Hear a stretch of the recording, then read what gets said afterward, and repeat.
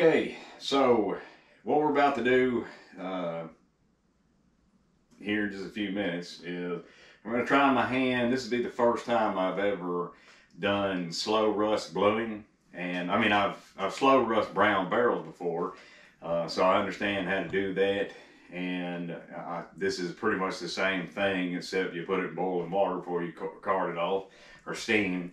But we're going to be using Laurel Mountain Forge, the chemical that they put out for browning and bluing. But we've got the barrel polished up for the shotgun. Let me give you a little backstory on this thing. I picked this up last November off Gunbroker for like 50 bucks. Now, the thing, you could tell that it hadn't, I mean, when you looked at the wood and the butt plate and all that, the plastic, thing hadn't been shot much in its lifetime. But it's an old Sears and Roebuck shotgun, which back in this particular year model was manufactured for Sears by Cooey, as a Canadian firearms manufacturing facility that was bought out by Winchester in the early 70s, something like that. You can look it up. Anyway, but we picked it up. It was 50 bucks, but the thing had an even rust from barrel all the way into the receiver, and in the finish on the stock, like it'd been set down in a basement or something, almost like a humidity box that we're going to put this in, except it was never carted off. So unfortunately, we couldn't just boil it and slow rust blue the way it was, because it was just too deep. So we had to polish out all the pits, and while we were doing that, we decided that why not kind of make it a little nicer than it was from the factory. And so, you know, we refinished the stock, and then we got all the pits out of the receiver, and I said, you know, why not color case harden it? You know, really make it nice. And this is my stepson's shotgun, my stepson / cameraman. And anyway, so let's get out to the shop and start doing this slow rust thing. Let's see how it works. All right, so we're out here at the shop, and what I'm going to do now, the Laurel Mountain Forge says it's you know, it's for barrel browning and it's a degreaser, and I'm sure it is. I don't want to find out if it's not, and so I just go ahead and wipe off my metal with a little acetone. You can use any kind of degreaser, it ain't got to be acetone. I just happen to have it near. I'm just gonna clean the metal off. Now, what I've done before, you can see I've got these butt plugs, I mean barrel plugs in here in the barrel, and I just made that. I just tapered a piece of oak dowel rod to you know, put in there. I also always, maybe unnecessary, could be overkill, but I always use some grease. I put on a patch and I run it through the barrel. Then I put the plugs on to keep it from rusting on the inside. Now, all right, I'm gonna let that dry here just for a second. But you know, the way I've used this and it's worked, and the way they tell you to do it is, you know, you get it on the cotton swab or whatever it is you're using. You know, you dampen it and you squeeze out any excess, because you don't, to help prevent runs, you don't, you just want an even coat all the way down the barrel. And so, like I said, all I've ever done is the browning, but this should be pretty much the same process.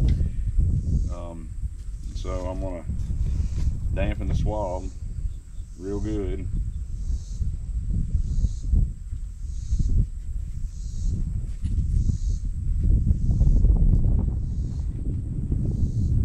And then squeeze off any excess.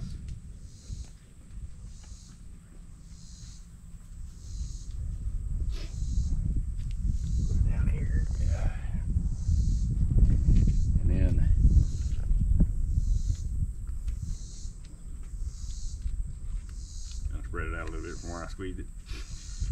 Then I'm gonna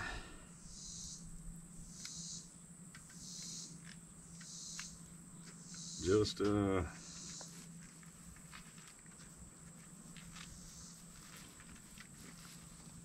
even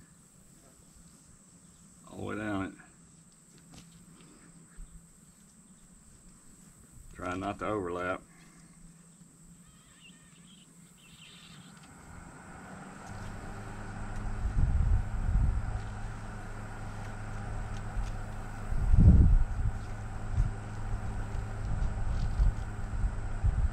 As best as I can.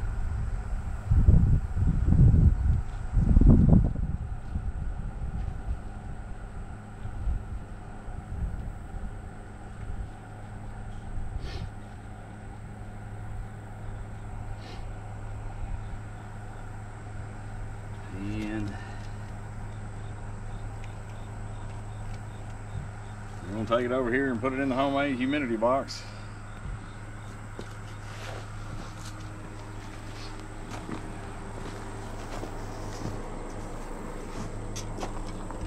I'm using a TIG rod that I sharpened just to poke through the box.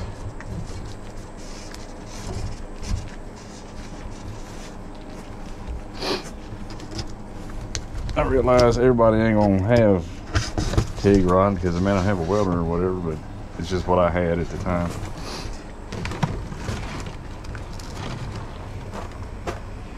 All right, got it in there. We're gonna close the lid. We're gonna plug it in.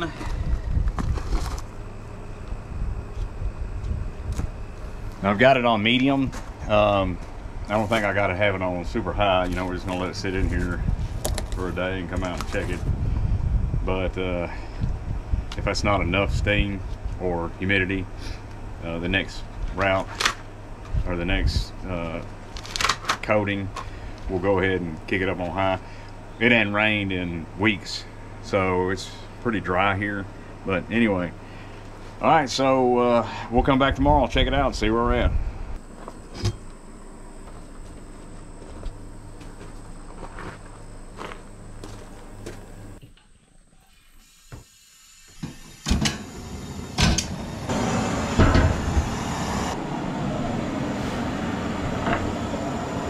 How's it going? Welcome back to the show. On today's episode, now I'm just kidding. Wait a minute. I think I'm supposed to do a... Anyway, we're sitting here. I think I just pulled a fucking growing muscle. I mean a freaking... Cut that out. We'll edit that out. Hang on, keep going. So... we've done about, I don't know, 4 or 5 applying the bluing solution and carding on his slow rust blued barrel for his shotgun that we're doing. We're getting pretty close, what I think, to the end. Now this right here is my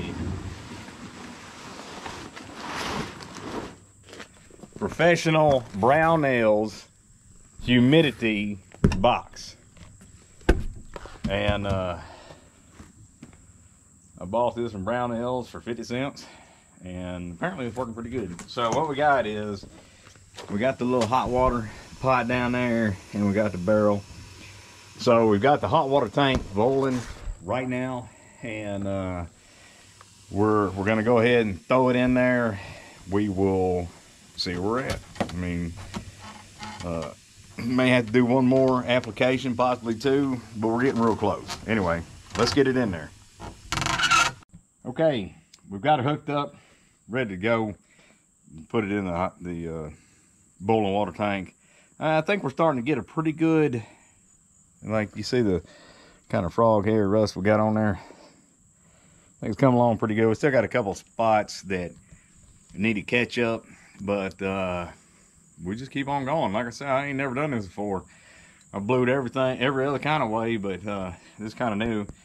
So let's get it in the hot water tank and see how it turns out.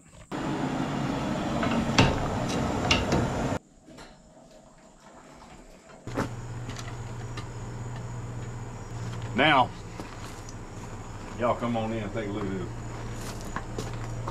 this. All right, y'all come on in. Y'all, this one of them Crevos. I spent $25 for it. Works half time. Anyway, Cree, if y'all watch this video, improve your fucking your freaking quality. We had to edit that out because that kind of price. I got 3 of them done shit to bed, and the warranty department is yet to call me back. Could be because of the coronavirus. I don't know. Anyway, look at the. So, as you can see now, we still got a little bit of, we got what they call flash rust. When you pull it out of the hot water, you get just that little bit. You can just see that red hue. But I'll sit here and card this off. Now, we've got a couple more little old spots. This thing is hotter than hell right now, but you can see just a few spots that still need a little bit more. A couple little low. Honestly, I feel like one more I'll card it, and one more coat of solution, throw it back in my professional grade humidity box, and I feel like we'll be done, and we'll have this shotgun ready to go. But anyway, what you do, carding it off, I'll do it real quick. You can use a carding wheel, which is, you put it in your drill press, or you can use 4/0 steel wool. If you're not doing this every day and you're trying to put these things out fast as you can, this 4/0 does fine. And you're just simply going to take it. Now, I've already degreased it, even though really truthfully with this Laurel Mountain Forge stuff, they say you don't have to do it, but I do it anyway, you know, trust issues and whatnot. But I degrease it with acetone, and then you sit here and you card it off, and then I'll let it cool completely down before I saturate my towel with acetone. I clean any grease off of it with the acetone, and then I'll go ahead and apply the solution, throw it back in the humidity box. Tomorrow we'll go again. But I mean, you take your 4/0 steel wool and you just card the hell out of it. You know, you're taking off all the loose rust, and you'll have your ferric oxide finish, and that's the way it works. See, red rust is ferric oxide. That's a scientific name for it. I ain't gonna get super science with you, but I ain't gonna break out the chalkboard and the pie graphs and whatnot, but in my pointer. But anyway, when you take ferric oxide and you boil it, it turns it into ferric oxide, if I'm pronouncing that right. Y'all do have to realize that I got a pretty thick southern accent, so roll with me. Anyway, and it turns black. In other words, it's a chemical process, and so that's what we're looking for when we're doing the bluing, or even your hot caustic bluing jobs, like in the bluing tanks and stuff. That is the same process. It's just done with heat and chemicals. And you'll see that the slow rust bluing creates more of a blue-gray, or a black-gray, I should say, satin finish. Now, we didn't take this no 10,000 grit, because this is what we were shooting for, this particular look. Anyway, so we're going to finish carding this off, put it, let it cool, acetone, another coat of Laurel Mountain Forge, throw it back in the humidity box, and see where it's at tomorrow. I'll see y'all. Yeah, actually, we got one more. We're still part of this episode, ain't we? So see you tomorrow, motherfuckers.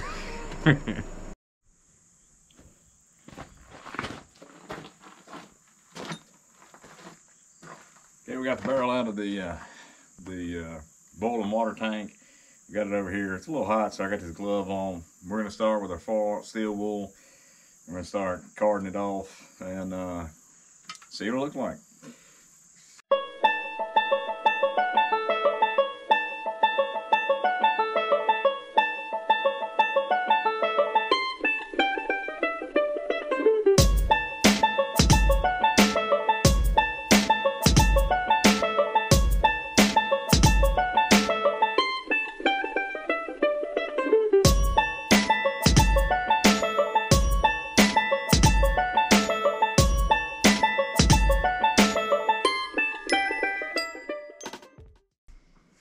Okay, got her back together, and I think she looks damn good for a $60 rusted pile of shit.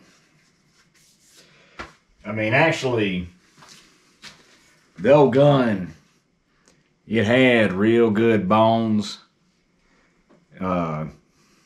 It was, you could tell, I mean, if you look at the butt plate, you can see very little dingers on it. This gun, back in the 1960s, when it was born, it had very little use. Anyway, the cool thing is, the boy, I got it for him. It's his first project, and he's taken a $60 shotgun and turned it into a several $100 customized shotgun. Like I said, we did the slow rust bluing on the barrel. He refinished the stock and hand rub tongue oil finish. I showed him how to color case harden. I wish at the time I had my cameras and stuff and y'all could have seen him do it. Y'all will see us do it at some point or another. I guarantee you. I got several projects I got to get done with color case harden, and I'll even show y'all the equipment that I built instead of having to spend a shit ton of money on Brownells crap. You can build it. I think I got 40 bucks, maybe a little more, maybe 50, in all the equipment that I built. That, as you can see, that color case hardening right there is just as beautiful as anybody else's, with their $5,000 furnaces and all that crap. But I think he did a real good job restoring this firearm.